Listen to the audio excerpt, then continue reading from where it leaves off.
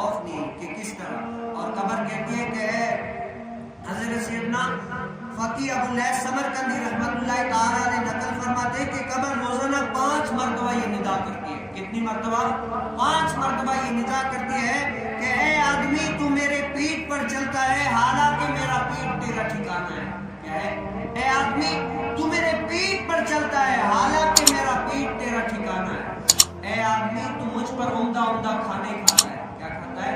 اے آدمی تو مجھ پر عمدہ عمدہ کھانے کھاتا ہے، ان قریب میرے اندر تجھے کیڑے کھائیں گے میرے اندر تجھے کیڑے کھائیں گے. اے آدمی تو میری پیٹھ پر ہنستا ہے.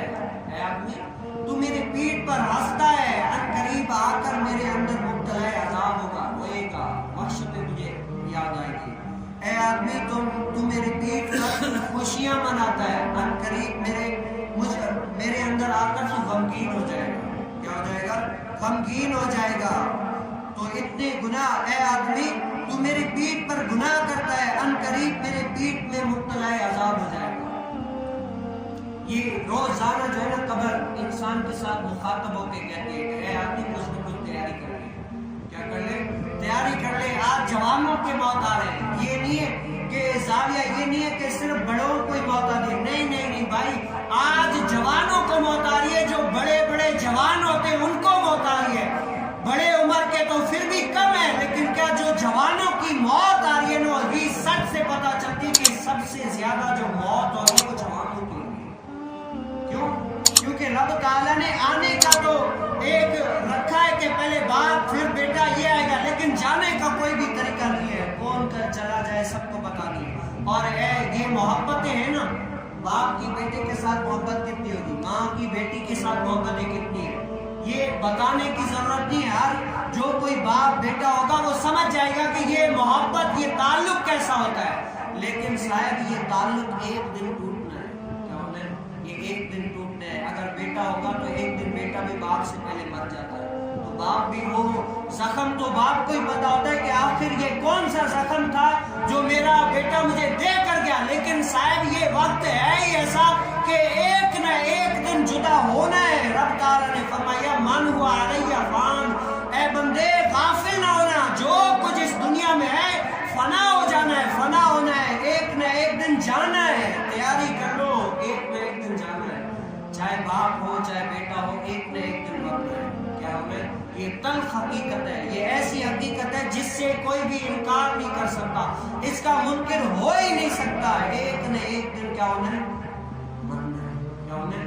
ایک نہ ایک دن مرنا ہے. تو اس دنیا میں رہ کر اپنے ایک ایک پل کو کیا آخری پل سمجھے.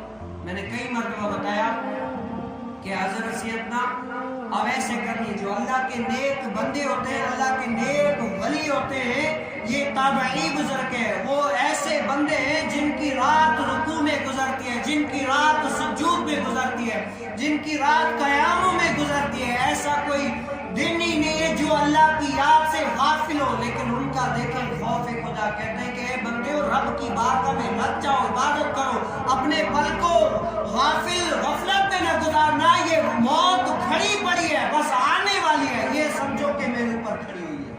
کیا ہوئی ہے؟ موت میرے اوپر ایسے کھڑی ہوئی ہے کہ بس آئی گئی. یہ ایسے موت ہے. اپنی موت سے غافل نہ ہونا ہے. شخص کہتے ہیں کہ اے اویس کرنی بتاؤ تو صحیح یہ موت ہم سے دور کتنی ہے. کہتے ہیں دور کا کیا، میں تمہیں بتاؤں قریب کتنی ہے. یہ جو ہم تکیہ لگا کے سوتے ہیں تو اویس کرنی رضی اللہ تعالیٰ فرماتے ہیں کہ تکیہ سر کے قریب ہوتا ہے، موت تمہارے اس سے بھی زیادہ قریب ہے. کیا نہیں ہے؟ موت تمہارے اس سے بھی زیادہ قریب ہوتی ہے. اپنی آخرت کو تیاری کرو. قبر روزانہ یہ کرتے ہیں پکار، مجھ میں کیڑے مکوڑے بے شمار. قبر روزانہ یہ کرتے ہیں پکار، مجھ میں کیڑے مکوڑے بے شمار. یاد رکھ میں ہوں اندھیری کوٹھڑی، مجھ میں سن وحشت ہوگی بڑی. میرے اندر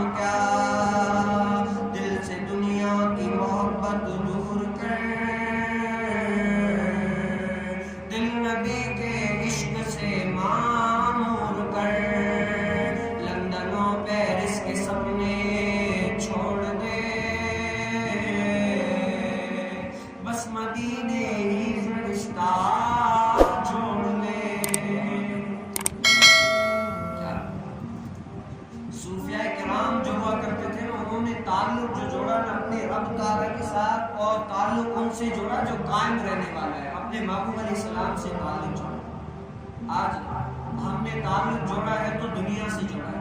کس سے؟ دنیا سے جوڑا ہے. اور ہمیں دنیا والوں کے ساتھ رہ کر اپنے دل ایسے زنگ آلود ہو چکے ہیں، نہ قبر یاد ہے، نہ موت یاد ہے، کچھ بھی یاد نہیں ہے. کیا ہے؟ منقول ہے کہ روح جب جسم سے جدا ہو جاتی ہے، روح جب جسم سے جدا ہو جاتی ہے تو رب تعالیٰ کی بارگاہ میں عرض کرتی ہے کہ اے اللہ مجھے جو ہے نا اتنی اجازت دے کہ میں اپنے جسم کو جا کر دیکھوں تو صحیح، آخر یہ کون سے حال میں ہے، اس کا حال کیا ہے. تو جب اپنے جسم کو ملاحظہ کرتی ہے اور متغیر دیکھتی ہے، کیا ہوتی ہے کہ دیکھتی ہے کہ ان کے نتھوں، منہ، آنکھوں اور کانوں سے پانی رواں ہوا ہے. جسم جب 7 دن کے بعد آتی ہے تو ان کے آنکھوں نتھوں میں جو ہے نا پانی رواں ہوا ہے، اور پھر کہتی ہے بے مثال حسن جمال کے بعد. ارے یہ وہی چہرہ تھا جو صبح اٹھ کر صابنوں سے، کریموں سے صاف کر کے اپنے آپ کو پتہ نہیں کتنا دھوتے تھے. آج دیکھ تیرا یہ جسم کتنے بدبو میں آلود ہو چکا ہے، کتنے ایسا جسم ہو چکا ہے جو پورا متغیر ہو چکا ہے. اے بندے دیکھ لے یہ آخر کس چیز کا تجھے ناز تھا. آج یہ اپنے ناز کو بغور ملاحظہ کر کہ یہاں پر تیرا حال کیا ہو گیا. اور اس کے بعد جب پھر 7 دن کے بعد روح آتی ہے اس جسم کو دیکھنے کے لیے، پھر دیکھتے کہ آنکھوں کا پانی خالص پیپ بن چکا ہوتا ہے. کیا ہوتا ہے؟ خالص پیپ بن چکا ہوتا ہے. اس کی آنکھوں جھنجھریاں پڑ جاتی ہیں، پیپ بن چکا ہوتی ہے. اور پھر کہتے ہیں کہ اے جسم اب تیرا حال یہ ہو چکا ہے. اس کے بعد جب دیکھتے ہیں کہ اس کے ناکوں، آنکھوں، کانوں سے جو ہے نا وہ کیڑے آ رہے جا رہے ہوتے ہیں، آ رہے جا رہے ہوتے ہیں. آج ہمارے کان میں ایک چھوٹی سی چوٹی گزر پڑ جائے نا تو ہماری راتوں کی نیندیں خراب ہو جاتی ہیں. کیا ہوتی ہے؟ راتوں کی نیندیں خراب ہو جاتی ہیں، نیند نہیں آتی. جب تک وہ نکلے نا تب تک ہمیں نیند نہیں آتی. قبر میں جو ہے نا کیڑے آئیں گے جائیں گے، ان سے نکلیں گے. اور یہ حال کب ہوگا؟ یہ حال کب ہوگا؟ جو اللہ کی یاد سے غافل ہوگا. کیا ہوتا ہے؟ میرے رسول پاک صلی اللہ علیہ وسلم نے فرمایا کہ قبر یا تو جہنم کا گڑھا ہے یا جنت کے باغوں میں سے. کیا ہے؟ بس دو ہی ہے. قبر یا تو